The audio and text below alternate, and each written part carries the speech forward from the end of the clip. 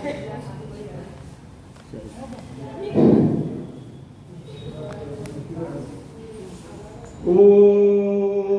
நமோ நாராயணாய ஸ்ரீமன் நாராயணாய சரணௌ சரணம் பிரபத்யே ஸ்ரீமதே நாராயணாய நமः. லக்ஷ்மீநாத சமாரம்பாம் நாதயாமுனயே மத்தியமாம் அஸ்மதாச்சாரிய பர்யந்தாம் வந்தே குருபரம்பராம். ஸ்ரீசைலேச தயாபாத்திரம் தீபக்தியாதி குணார்ணவம் யதீந்திர பிரவணம் வந்தே ரம்யஜாமதரம் முனிம். ஆழ்வார் எம்பெருமானார் ஜீயர் திருவடிகளே சரணம். ஸ்ரீ ஆண்டாள் திருவடிகளே சரணம். வேலூர் வேலப்பாடி அருள்மிகு பெருந்தேவி தாயார் உடனுரை வரதராஜ பெருமானுடைய திருக்கோயிலிலே புனித மிக்கதான இந்த மார்கழி மாதத்தினுடைய 16ஆம் நாள் பாசுரத்தை இன்றைக்கு நாம் அனுசரித்து மகிழப் போகிறோம். இந்த திருப்பாவை பிரவச்சனம், அதாவது திருப்பாவை தொடர் சொற்பொழிவு என்பது திருமலை திருப்பதி தேவஸ்தானம் ஆழ்வார்கள் திவ்ய பிரபந்த திட்டத்துறையினுடைய சார்பிலே பாரத நாடு எங்கும் நடைபெற்றுக் கொண்டு வருகிறது. அதற்கு இங்கே இருக்கின்ற அந்த நம்முடைய அறங்காவலர், அதாவது அறநிலையத்துறை மற்றும் இந்த கோயில் பணியாளர்கள், மேன்மிக்க பக்த கோடிகளாகிய நீங்கள் ஆகிய எல்லோருடைய அந்த நல்ல ஆர்வத்தினாலும் ஒத்துழைப்பினாலும் சிறப்பாக இந்த சொற்பொழிவு நடந்தேறிக் கொண்டு வருகிறது. நேற்றைக்கு எல்லே இளங்கிளியே என்ற ஒரு பெண்ணை துணியில் எழுப்பியதோடு பாகவத சம்பந்தமுடைய பெரியோர்களை அழைத்து மார்கழி மாத விரதத்தை செய்வதற்கு ஆயர்பாடி பெண்கள் எல்லாம் ஆண்டாளுடைய தலைமையிலே ஒன்று திரண்டார்கள் என்று பார்த்தோம். ஆக நேற்றோடு 10 பெண்களை துயில் எழுப்பினார்கள் என்றால் 10 பாகவதர்களையும் துயில் எழுப்பினார்கள் என்ற அர்த்தம். அந்த வீடுகளிலே இருந்த பெண்களுக்கு, வீடுகளிலே இருந்த அந்த பெண்களுடைய எல்லா சுற்றத்தாரும், அந்த கோஷ்டியர் எல்லாரும் வந்து சேர்ந்தார்கள் என்று அர்த்தம். ஆகையினாலே பெண்கள் எல்லோரும் திரண்டு விட்டார்கள். அந்த நிலையிலே இன்றைக்கு 16ஆம் நாள் பாசுரம் தொடங்குகிறது. 16ல் இருந்து 22 வரை 7 பாசுரங்கள். இந்த 7 பாசுரங்களிலேயும் பாடல்களிலேயும் பகவத் சம்பந்தம் உடையவர்களை துயில் எழுப்புகிறார்கள். பகவத் சம்பந்தம் உடையவர்களுக்கு திருப்பள்ளி எழுச்சி பாடுகிறார்கள். அதிலே முதலாக இவர்கள் யாரை நோக்கி அந்த பாவை நோன்பை செய்ய போகிறார்கள்? கண்ணனை நோக்கி, கண்ணனுடைய கலியுக துணைவியான நற்பின்னையை நோக்கி. கண்ணன் எங்கே இருக்கிறான்? நந்தகோபாலருடைய அரண்மனையிலே இருக்கிறான். நந்தகோபாலர் மட்டுமா இருக்கிறார் என்றால், நந்தகோபாலர் இருக்கிறார் அந்த அரண்மனை. அதை அடுத்ததாக யசோதா தேவி இருக்கிறாள். அடுத்ததாக கிருஷ்ணன் இருக்கிறான். கடைசியாக பலராமன் இருக்கிறான் என்று 4 வகையாக அந்த கிருஷ்ணர் இருக்கின்ற அந்த அரண்மனை பகுதியானது பிரிக்கப்பட்டிருக்கிறது. ஆகையினாலே பின்னாலே ஒவ்வொருவராக துயில் எழுப்ப போகிறார்கள். ஆனால் இன்றைக்கு முதலிலே இவர்கள் எல்லாரும் அந்த கோயில் அதாவது அந்த மதில்களை சுற்றி உடையதாக, அதற்கு உள்ளேதான் எது இருக்கிறது? நந்தகோபாலருடைய அரண்மனை இருக்கிறது. அந்த கோட்டை சுவற்றை, கோயிலை ஒரு காவலன் பாதுகாத்து கொண்டு வருகிறான், காவல் காக்கின்றான். அது முதல் பிரகாரம். அதை தாண்டி உள்ளே வந்தால் அந்த வாயில், இவர்கள் எல்லாம் இருக்கின்ற அந்த அரண்மனை பகுதி இருக்கிறது, அது வாயில். அங்கே ஒரு காவலன் இருக்கிறான். இந்த 2 பேரையும் எழுப்பி அவர்களுடைய துணையோடு தான், அதாவது கதவுகளை திறந்தால்தான் இந்த பெண்கள் உள்ளே செல்ல முடியும். ஆகையினாலே அங்கே இந்த 2 பேரையும் இவர்கள் முதலிலே துயில் எழுப்புகிறார்கள். ஆக இவர்கள் கிருஷ்ணனுடைய மாளிகைக்கு காவல்காரர்களாக இருக்கின்றவர்கள். ஆகையினாலே தான் இவர்களை பகவத் சம்பந்தம் உடையவர்கள் என்று நாம் குறிப்பிட்டு சொல்லுகிறோம். ஆகையினால் முதலிலே பார்க்கின்ற பொழுது நாயகனாய் நின்ற நந்தகோபன் உடைய, நாயகனாய் நின்ற நந்தகோபன் உடைய கோயில் காப்பானே, கொடி தோன்றும் வாயில் காப்பானே, வந்தெமக்கு தாழ்த்திரவாய், ஆயர் சிறுமியரும் எமக்கு மாயன் மணி வண்ணன் நின்னலே வாய் நேர்ந்தான், வாயால் முன்னம் மாற்றாதே அம்மானி, நேயநிலை கதவும் நீ கேளோர் என்பவாய். நாயகனாய் நின்ற நந்தகோபன். நாயகன் என்றால் தலைவன் அப்படின்னு அர்த்தம்.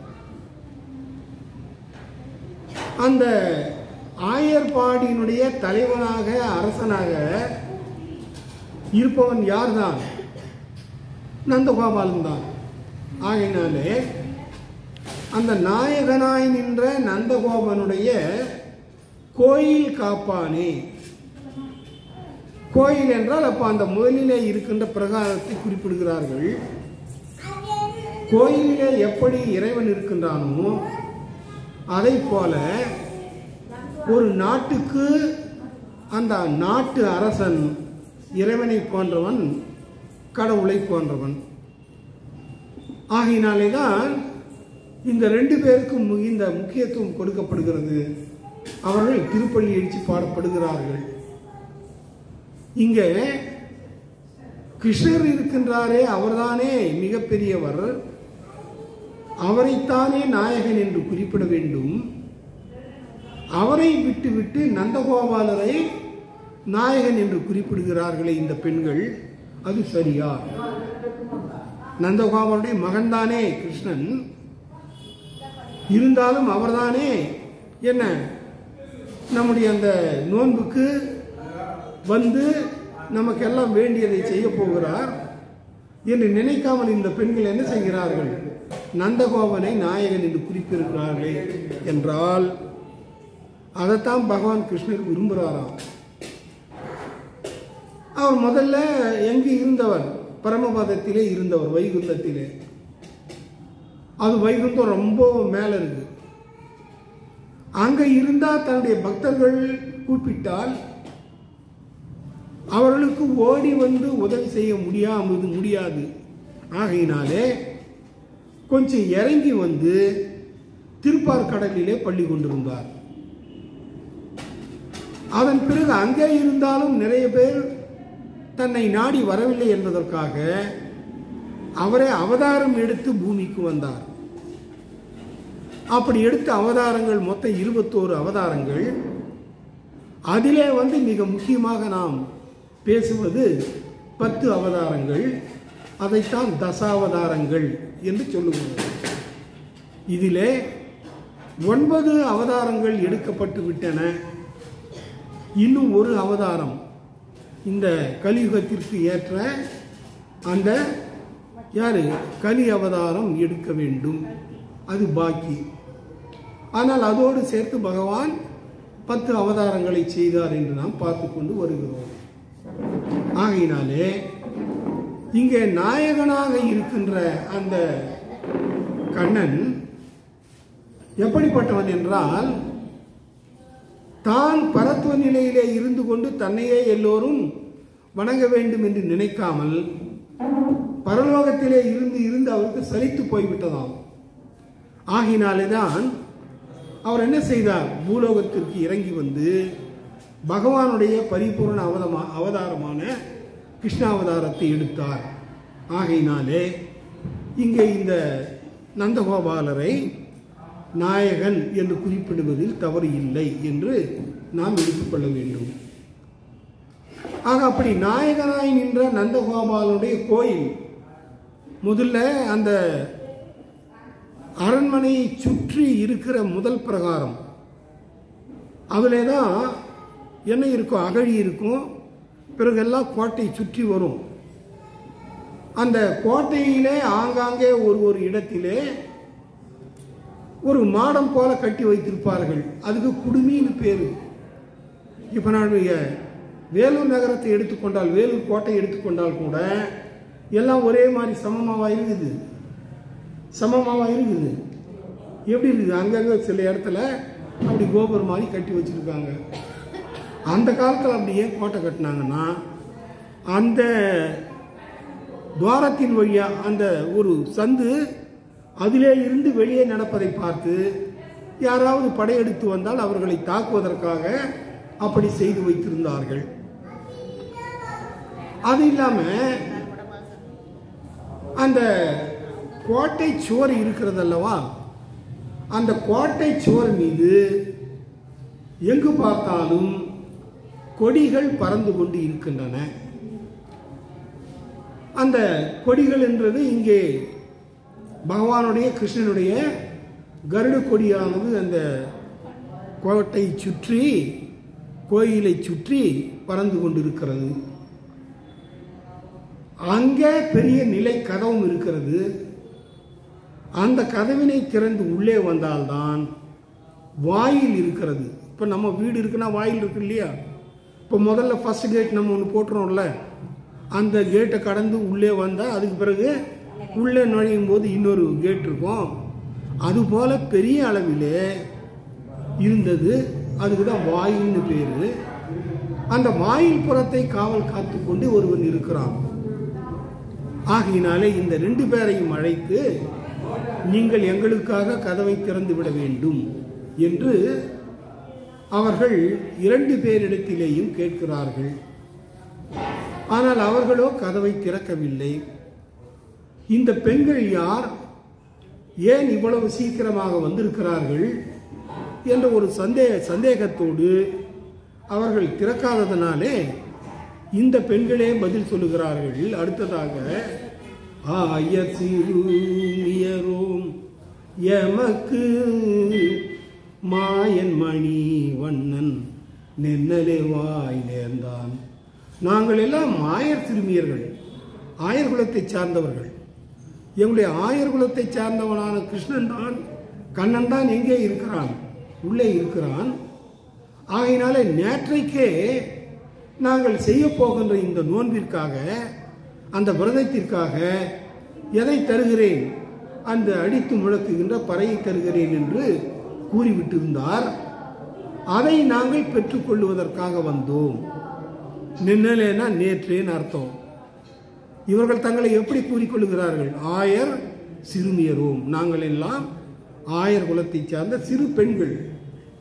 எங்களுக்கு மாயனாகிய கண்ணன் பறை தருகிறேன் என்று நேற்றே சொன்னார். ஆகையினாலே நாங்கள் வந்தோம் என்று அந்த பெண்கள் சொல்லுகிறார்கள். அப்பொழுதும் அவர்கள் எந்த பதிலையும் சொல்லவில்லை. அதுக்கு பிறகு என்ன பண்றாங்க இவங்க, அங்கே நாங்கள் எல்லாம் எனது ஆயர் சிறுமியரோம் எமக்கு மாயன் மணிவண்ணன் நின்னிலை வாய் நின்றான், தூயோமாய் வந்தோம் துயிலெழப்பாடுவான். இங்க வந்த பிறகுதான் பார்த்தா கண்ணன் இன்னும் எழுந்திருக்கவில்லை என்று தெரிகிறது. நாங்கள் ஏற்கனவே தூய்மை பெற்றவர்களாக வந்திருக்கிறோம். யமுனா நதியிலே குளித்து விட்டோம். குளித்துவிட்டு அங்கே உடல் சுத்தியையும் செய்து கொண்டு கண்ணனாகிய பகவானை காண வேண்டும் என்ற அந்த மன சுத்தியையும் பெற்று மனதையும் தூய்மையாக கொண்டு நாங்கள் வந்திருக்கிறோம் இல்லையா? தூயோமாய் வந்தோம். வந்து பார்த்தா கண்ணன் இன்னும் எழுந்திருக்கவில்லை, இன்னும் உறங்கிக் கொண்டிருக்கிறான் என்பது எங்களுக்கு தெரிய வந்தது. ஆகையினாலே நாங்கள் அந்த கண்ணன் இருக்கின்ற இருப்பிடத்திற்கு சென்று அவனை துயிலெழப்பாடுவான் வந்தோம். அவன் தூக்கத்திலே இருந்து எழுந்து கொள்ள வேண்டும், எங்களுக்கு கொடுப்பதாக சொன்ன அந்த பறையை தர வேண்டும் என்பதற்காக நாங்கள் வந்திருக்கிறோம். அது மட்டுமல்லாமல் பறையை கொடுத்தால் கூட அந்த கண்ணன் தூங்குகின்ற அழகை நாங்கள் எங்களுடைய கண்களாலே காண வேண்டும். ஆக கண்ணனுடைய தூங்குகின்ற அழகையும் பார்க்க வேண்டும், அவனை எழுப்ப வேண்டும், அவன் தரிசனம் பெற வேண்டும். அதன் பிறகு என்ன, அவர் பறை கொடுத்தால் நாங்கள் வாங்கி கொண்டு செல்ல வேண்டும். ஆகையினாலே தான் நாங்கள் வந்தோம், துயவுமாய் வந்தோம், துயிலெழப்பாடுவான் அப்படின்னு சொல்லியும் இவர்கள் எதுவும் பதில் சொல்லவில்லை. ஆகினால் என்ன பண்ணுறாங்க, ஏதோ வேண்டாம் முடியாதுன்னு துரத்துற மாதிரியா அந்த ரெண்டு காவலர்களும் பேசிக்கொள்கிறார்கள். ஆனால் அதனால் இவர்கள் வாயால் முன்னம் முன்னம் மாற்றாதே அம்மானி நேய நிலை கதவும் நீ கேளோரெம்பாவாய். சுவாமிகள் அந்த கோட்டையை காக்கின்றவனே, வாயிலை காக்கின்றவனே, வாயில் காவலர்களே, நாங்கள் மிகுந்த நம்பிக்கையோடு வந்திருக்கிறோம், இளங்காலை நேரத்திலே வந்திருக்கிறோம். ஆகையினால் எங்களுடைய கோரிக்கையை நீ நிவர்த்தி செய்ய வேண்டும். எடுத்த உடனே நீ வந்து முடியாது என்று மறுத்து விடாதே, எங்களுக்கு நீ உதவி செய்ய வேண்டும் என்று இந்த பெண்கள் ரெண்டு பேரிடத்திலேயும் கேட்கிறார்கள். வாயால் முன்னம் முன்னம் மாற்றாதே அம்மா என்று, அதாவது அந்த அம்மை போன்ற நிலையிலே இருக்கின்றவர்களே, நாங்கள் எல்லாம் குழந்தைகளை போன்று வந்திருக்கிறோம், எங்கள் மீது கருணை காட்டி நீ கோயில் கதவையும் வாயில் கதவையும் திறக்க வேண்டும் என்று இவர்கள் என்ன செய்கிறார்கள், அவர்களிடத்திலே கேட்கிறார்கள், வணங்குகிறார்கள், விண்ணப்பம் செய்கிறார்கள். ஆகையினாலேதான் இந்த பாடல் பகவத் சம்பந்தம் உடைய பாடல். பகவானோடு தொடர்புடைய அந்த வாயில் காக்கின்றவனுக்கும் கோயில் காக்கின்றவனுக்கும் இவர்கள் வணக்கம் சொல்லி கதவை திறக்க சொல்லுகிறார்கள். சரி, இதுல என்ன விஷயம்னா, இந்த வாயில் காவலர் கோயில் காவலர் என்ற ரெண்டு பேரும் இருக்காங்க இல்லையா, இவங்க ரெண்டு பேருமே இதற்கு முன் பிறவியிலே பகவான் வீற்றிருக்கின்ற வைகுந்தத்திலே அவர்கள் ஆளுக்கு ஒரு பக்கமாக இருந்து கொண்டு பகவான் தரிசனம் பெறுவதற்காக யாரும் அத்துமீறி நுழைந்துவிடக் கூடாது என்பதற்காக அவர்கள் காவல் காத்து கொண்டு இருந்தவர்கள். அதுல ஒருத்தனுடைய பெயர் வந்து ஜெயன், மற்றொருடைய பெயர் வந்து விஜயன். ஜெயன், விஜயன். ஒவ்வொரு வைஷ்ணவ கோயிலினுடைய அந்த மூலக்கருவறை இருக்கு இல்லையா, அந்த மூலக்கருவறையினுடைய இரண்டு பக்கத்திலேயும் இந்த ஜெயன் விஜயன் என்ற இரண்டு பேரும் என்ன செய்வார்கள், அங்கே சிலை ரூபத்திலே நின்று கொண்டு இருப்பார்கள். இங்கேயும் இருந்தார்கள், இப்போதும் இருக்கிறார்கள். ஆனால் மூடி மறைக்கப்பட்டிருக்கிறார்கள். இப்போ நம்ம கோயிலில் என்ன அதை என்ன அந்த குடமுழுக்கு பண்ண போகிறாங்க இல்லையா, அதுக்காக வந்து பெயிண்ட் கிட்டலாம் அடித்து மூடி வச்சுருக்காங்க, இன்னும் திறக்கலை. ஆக அப்படி இருந்தவர்கள் இந்த கோயில் காவலர்கள். அது ஏன் இவர்கள் பின்னாலே ஒரு சாபத்திற்கு ஆளாகிறார்கள். பிரம்மான்னு தெரியும் இல்லையா, அவங்க எல்லோருக்கும் பிரம்மா. நான்முக கடவுள். அந்த பிரம்மாவினுடைய மானச புத்திரர்களாக இருந்தவர்கள் 4 பேர். சனகர், சதானந்தர், அதுக்கு பிறகு சனாதனர், சனத்குமாரர், அப்படி 4 பேர். இந்த 4 பேருக்கும், இந்த 4 பேரையும் பிரம்மா ஏன் படைத்தார் தன்னுடைய குழந்தைகளாகனா, இவர்கள் உலக வாழ்க்கையிலே ஈடுபட்டு அந்த மக்கள் தொகையை பெருக்க வேண்டும், எல்லோரும் திருமணம் புரிந்து கொண்டு மக்கள் தொகையை பெருக்க வேண்டும். ஏன்னா அவர் தானே படைக்கிற கடவுள் பிரம்மா. ஆகையினாலே தன்னுடைய மக்கள் மூலமாக இது பெருகட்டும் என்று நினைத்து படைத்தார்.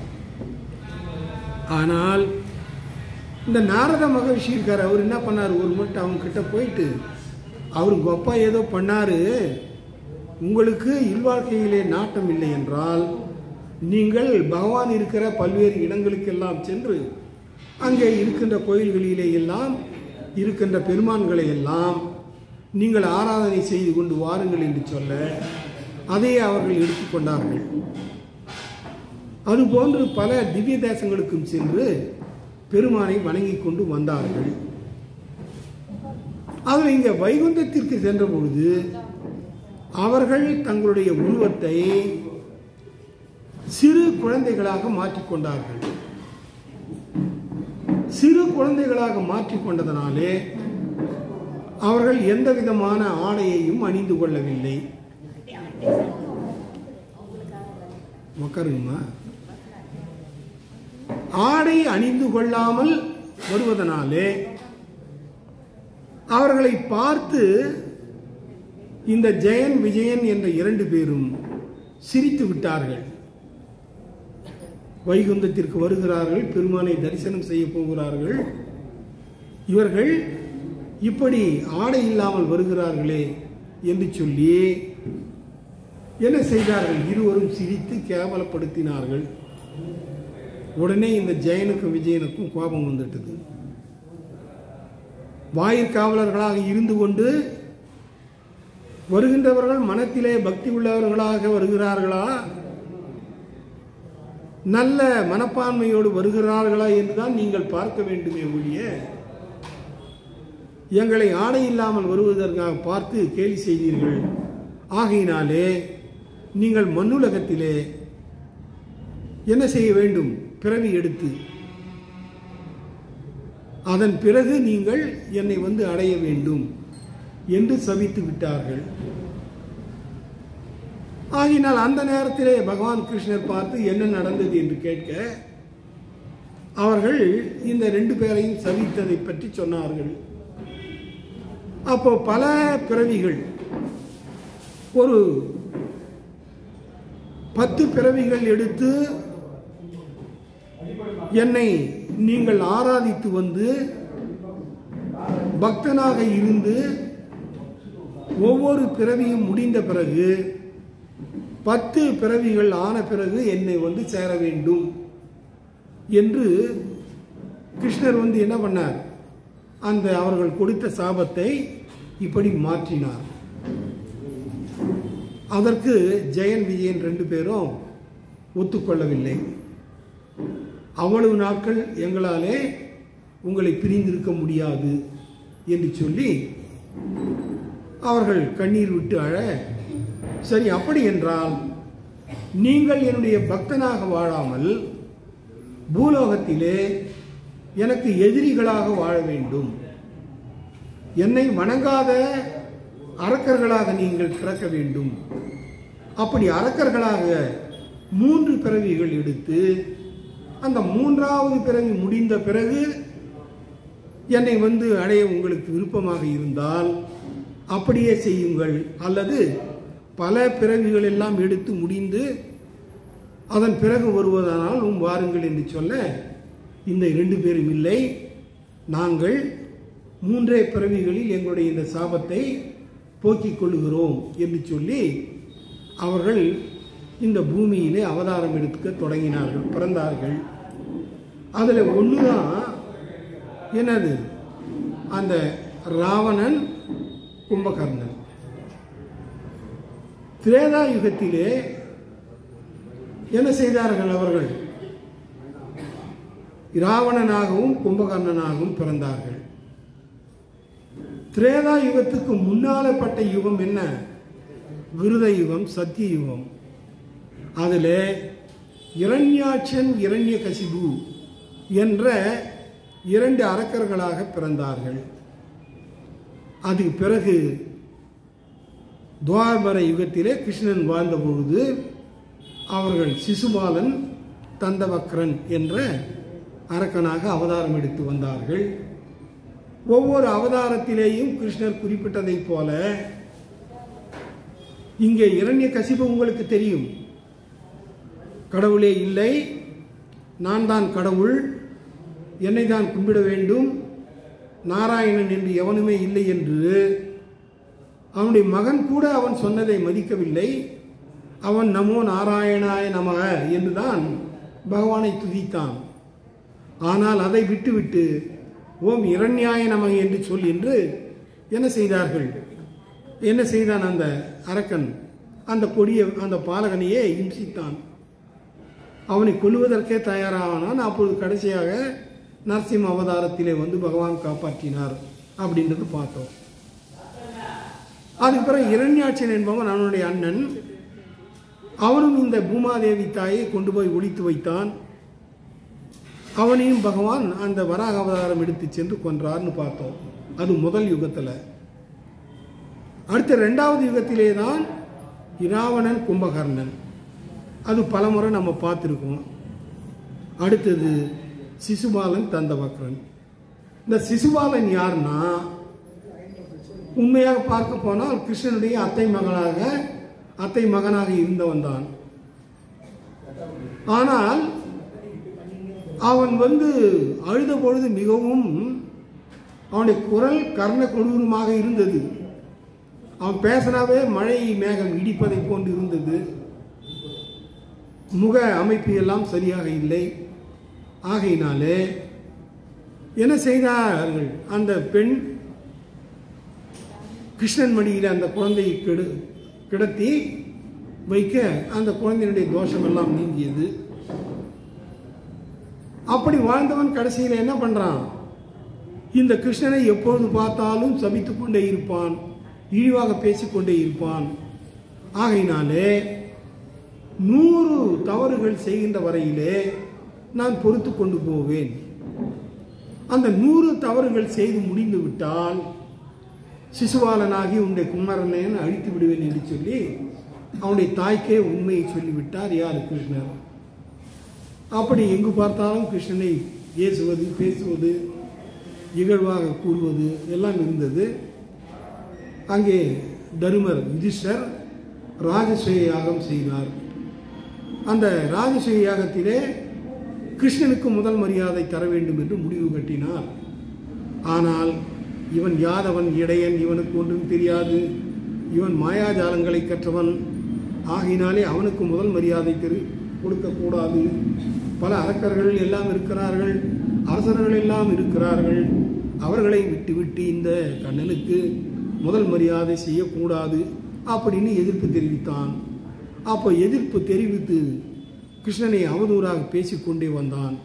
கிருஷ்ணரும் அதை எண்ணிக்கொண்டே வந்தார். 100 பிழைகள் முடிந்து விட்டன. 101வது முறை அவன் இழிவாக பேசினான். உடனே தன்னுடைய அந்த சக்கராயுதத்தை எடுத்து அவனுடைய தலையை வெட்டி வீழ்த்தினார் அப்படின்றது பார்க்கணும். அதே மாதிரி தான் தந்தவக்ரன்றவனும் கிருஷ்ணனை எதிர்த்தவனாக இருந்தான், அவனையும் கொண்டு விட்டார். அது முடிந்ததனால மறுபடியும் என்ன ஆனார்கள்?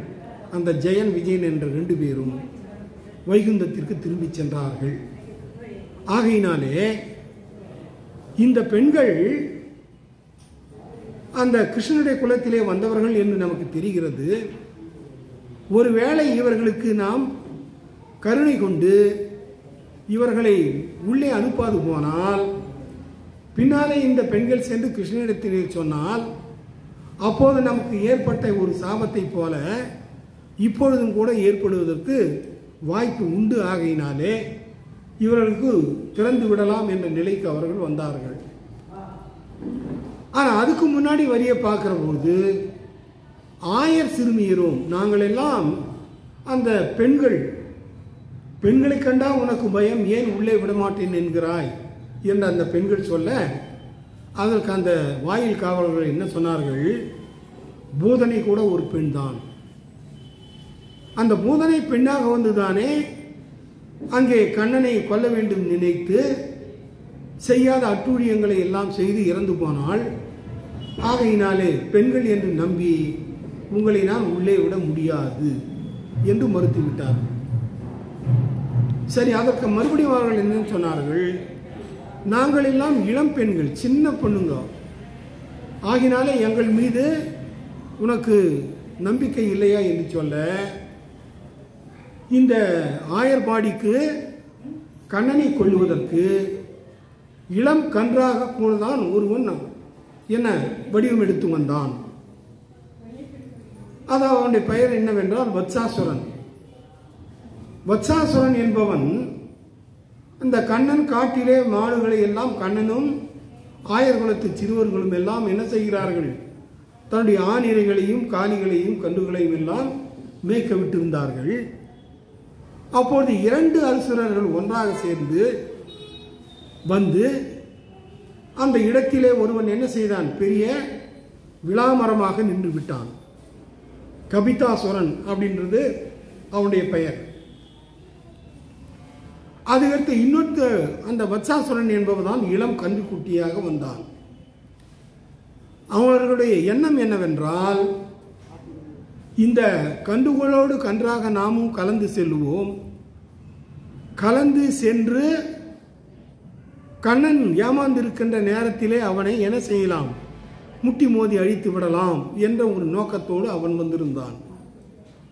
ஒருவேளை முடியாது போனால் கண்ணன் அந்த பக்கமாக வருகிற போது விளாமரமாக நின்று கொண்டிருக்கின்ற அந்த அசுரன் என்ன செய்ய வேண்டும்?